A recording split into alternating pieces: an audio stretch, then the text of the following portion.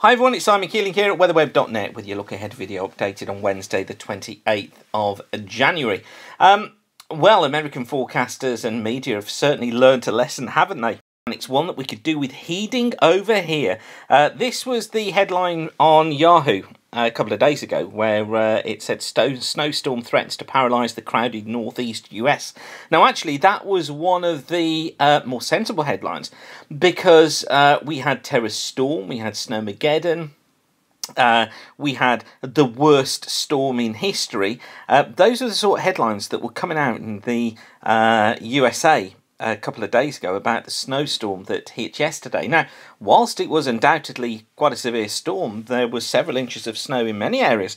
What it didn't do is paralyse America's economy, bring shares collapsing. That didn't happen.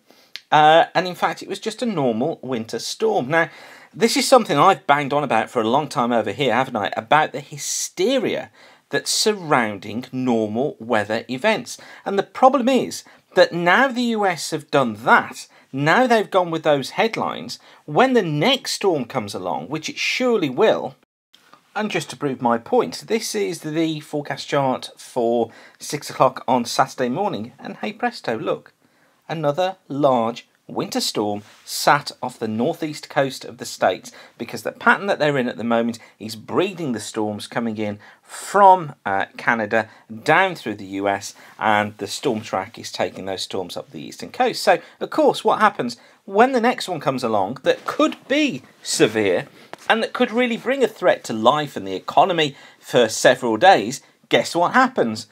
The public ignore the warnings that come out via the media, because it's been overhyped already. And it's something I keep on saying back here we have to be very, very wary of, because we're falling into the same trap. And the cold weather that's coming up now is kind of an epitome of it.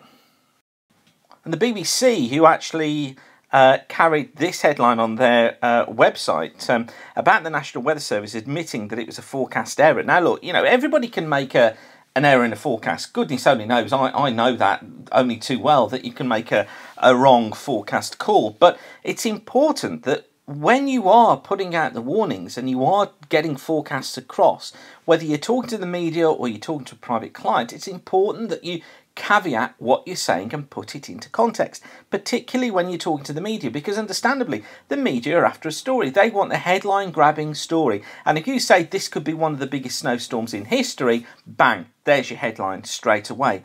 In the same way that if you say things like the cold spell that's coming up now is the coldest that we've had in 2 years, the 2 years bit gets completely forgotten. It's the coldest that we've had that gets remembered. Now, the fact that we've got a cold spell, and yes, it is the coldest for 2 years, because it was so blooming mild last year, that doesn't matter, okay? That needs to be thought of. So actually, really, to say it's the coldest in 2 years may be factually correct, but actually, that's not the story that you want to be putting across.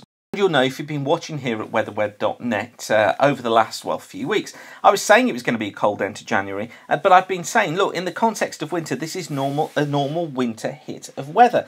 And I do notice that on today's forecast, things are being toned down a little bit after getting quite hysterical yesterday and the day before with the amount of snow that could fall, because yeah, so what? We're going to get 20, 30 centimetres of snow possibly across the Scottish Hills.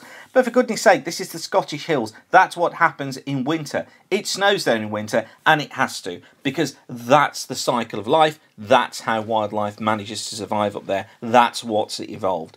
So, yeah, we'll see snowfall over the coming days, but look, it's normal winter stuff. And I just hope we don't fall into that same trap that they have in the States, because I've said it before and I'll say it again, the public will not listen if we keep on banging on about severe weather, and every weather event is somehow placed in the context of it being unusual. Right, okay, off my soapbox. Let's get on with the forecast.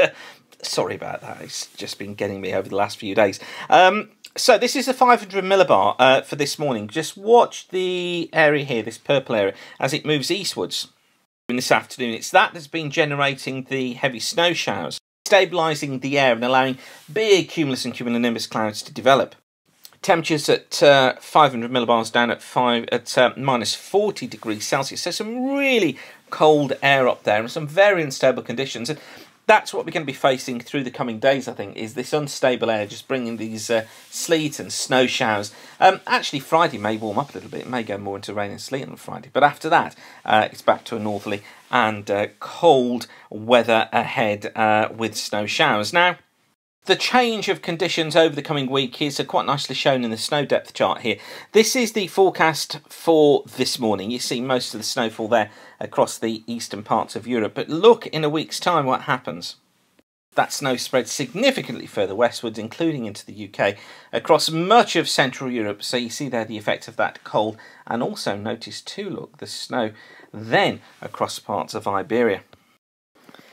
And I do feel that I'm kind of staring over the precipice at the moment because I'm facing one of those times where we could have a fundamental shift in the forecast about to take place. I need another 24 hours to go through some data here, but it could be that my February forecast is about to go out of the window. I'm reluctant to let it go completely just yet, and I'll tell you why.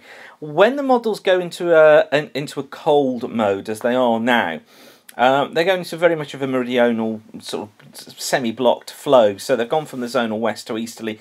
They've gone into this north to south flow. And it brings in cold air. Now, when the air is really cold, as it is at this time of year, the models can kind of run away with a snowball effect, if you'll excuse the pun. That it sees cold weather and then it can't see anything but cold weather. In the same way that when we get a westerly, it just struggles. The models struggle to see anything but a westerly.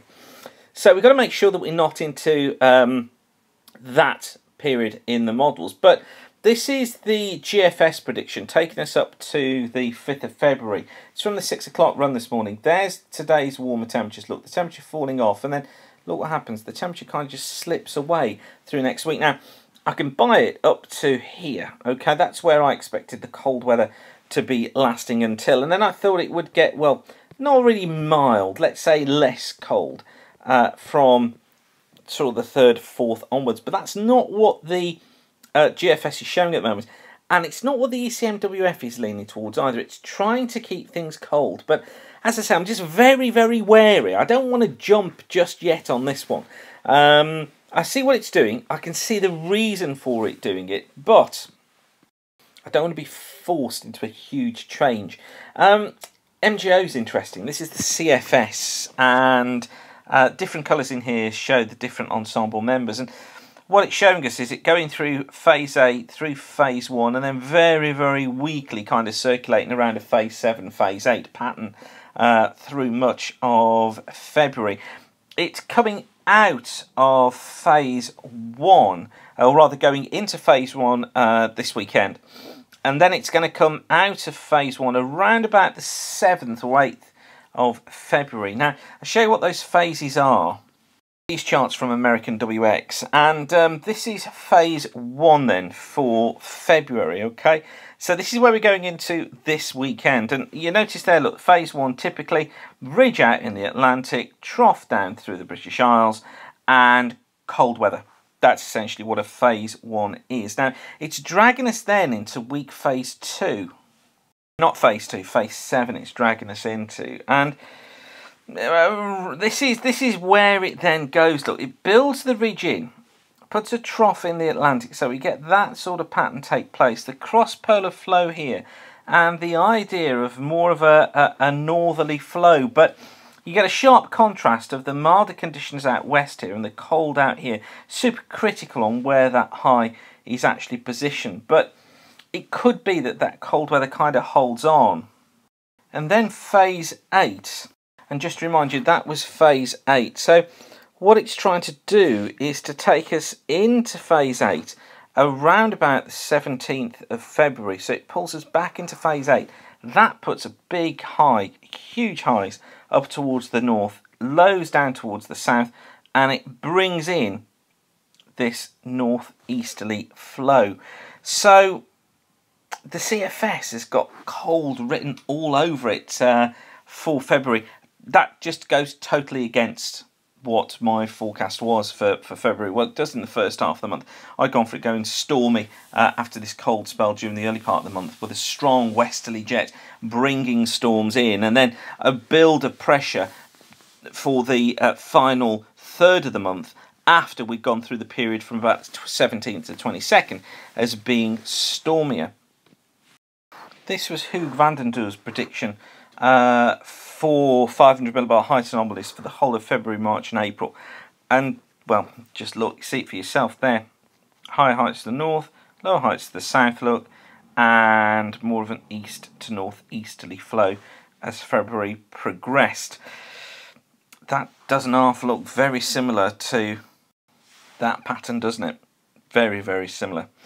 So, big question for me now is, are we facing a fundamental change in pattern? Is this a drag away from the forecasts as they have been and as we've been putting out? Early days, but I think it's worthwhile highlighting it to you. And it certainly brings into sharp focus, doesn't it, the doubts that can exist within forecasts, especially when you're dealing with the longer time frames.